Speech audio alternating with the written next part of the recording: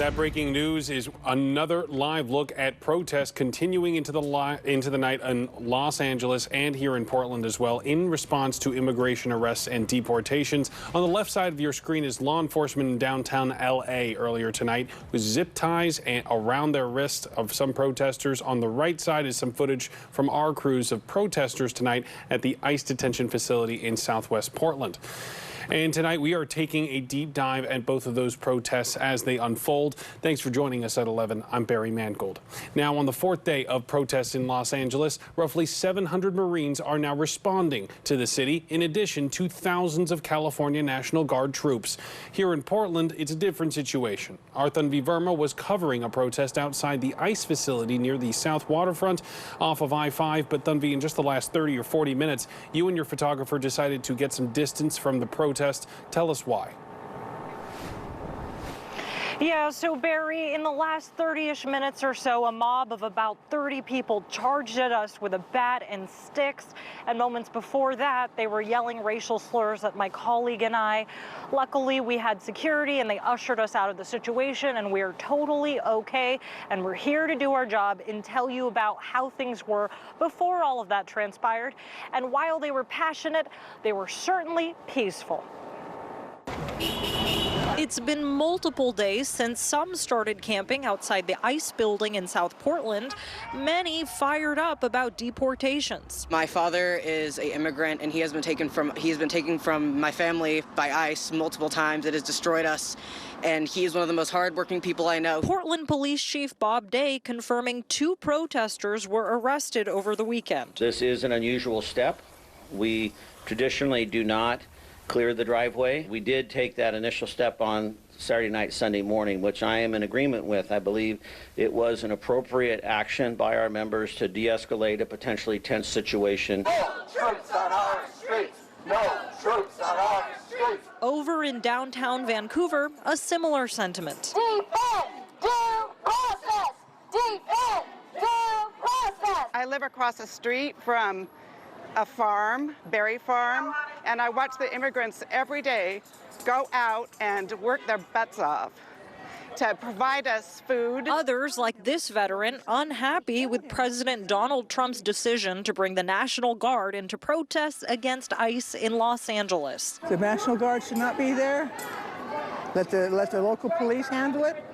And if he actually sends in the Marines, they shouldn't be there either. They're not supposed to be there. A lot to break down there in terms of the metro area. Now, we do have the extended press conference with Chief Bob Day to talk about how they plan to go about protests in the future. More on that on our website at katu.com. Barry? All right, Tanvi Verma, thank you. And a lot going on in the metro area. You can go to our website to see an extended version of our interview with Police Chief Bob Day in Portland and his conversation with the press on how to handle upcoming protests. And in response to the protests, a spokesperson for ICE said this tonight: U.S. Immigration and Customs Enforcement fully respects the constitutional rights of all people to peacefully express their opinions. That being said, ICE remains committed to performing its immigration enforcement mission consistent with federal law and agency policy. Steve, late today, they got part of what they're asking for when a judge set bail at $50,000 for David Huerta's release.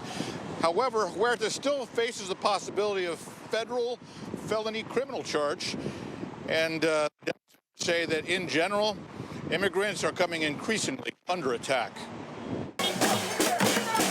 Led by the Service Employees International Union and others, this march and rally called for an end to the immigration raids and for David Huerta's immediate release. No hate, no fear.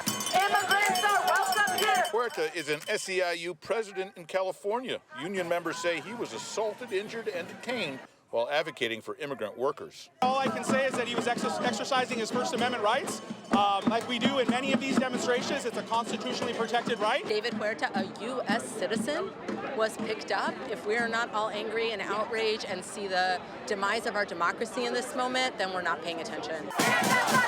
About 200 people took part and filled the plaza outside City Hall, where they denounced the Trump administration and called for people to stand together against injustice. And so for us, it's really about ensuring that that, that they have due process of law, regardless of their immigration status. They also said the National Guard should have never been mobilized against ordinary citizens, especially when California's governor didn't want a military force deployed. Our fight for David Huerta is symbolic.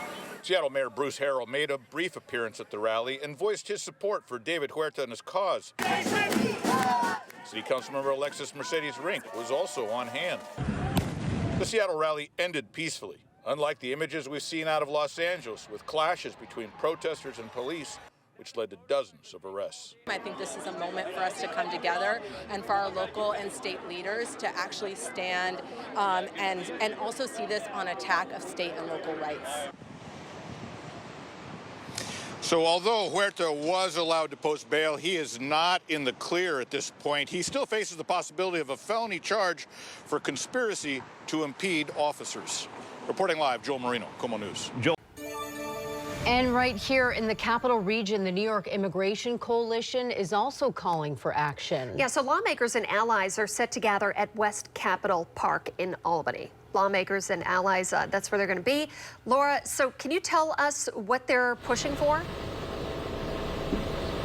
Good morning. The New York Immigration Coalition and supporters are calling on legislative leaders to bring critical public safety and an immigration rights vote to law. They want elected officials to stand with their immigrant constituents and the governor to sign both bills into law. CBS 6 recently spoke with activists Lael Davidson and Renee Roundtree with Indivisible ADK Saratoga, who have been fighting for a man residing in Glens Falls that was recently detained by ICE.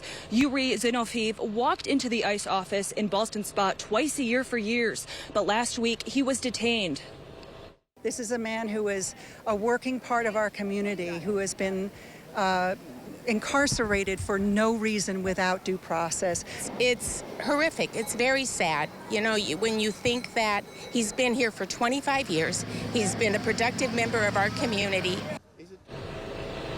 He now sits behind bars at the Buffalo Federal Detention Facility. Without immediate action from Albany, families remain at risk of being torn apart through local police and ICE. The rally is expected to be held at noon at West Capitol Park in Albany. Reporting live in Albany, Laura Jimette, CBS 6 News. For an ICE protest in Providence. Yeah, it started outside the federal building before protesters marched through city streets, as you can see right here. The Night Team's John Perrick is in Providence now with the latest. John? Well, Dan and Emily, protesters tell us that inside that building is a Homeland Security office. A few hundred gathered, including a state rep. Abolish ICE! Abolish ICE! A call for action. I think that it's clear to all the regular working people of the U.S. that these attacks, these mass deportations and raids on our immigrant communities are completely unjust. We're talking about how resistance is glorious and how we will be victorious! Protesters tonight gathering near the Federal Center building on Westminster Street. The rally was planned by the group PSL Rhode Island in response to the ongoing protests in Los Angeles, which the National Guard was called to. Do you guys support how chaotic these protests have gotten? Shouldn't they be peaceful? I think people have a right to dignity. We have a right to be with our families. We have a right to work and live safely. And people's anger right now is righteous. The protesters then took off, walking down the streets of Providence, going block to block for hours. Their message was clear. It means fundamentally that the streets belong to the people. The streets belong to the working class. If we can and need to, we can shut it down. Tonight's protest comes a day after Rhode Island State Representative Enrique Sanchez called for a, quote, massive anti-ICE protest on social media, saying, quote, like the one in L.A. Shouldn't they be peaceful, though? Shouldn't they be peaceful protests? Do you support what's going on there? I condemn all violence. But you did call for L.A.-like protests in Rhode Island. Did you mean peaceful, or did you mean what was going on in Los Angeles? I believe my words were taken out of context. We need to show the people power. We need to show who has the real control and who has the real power in this country.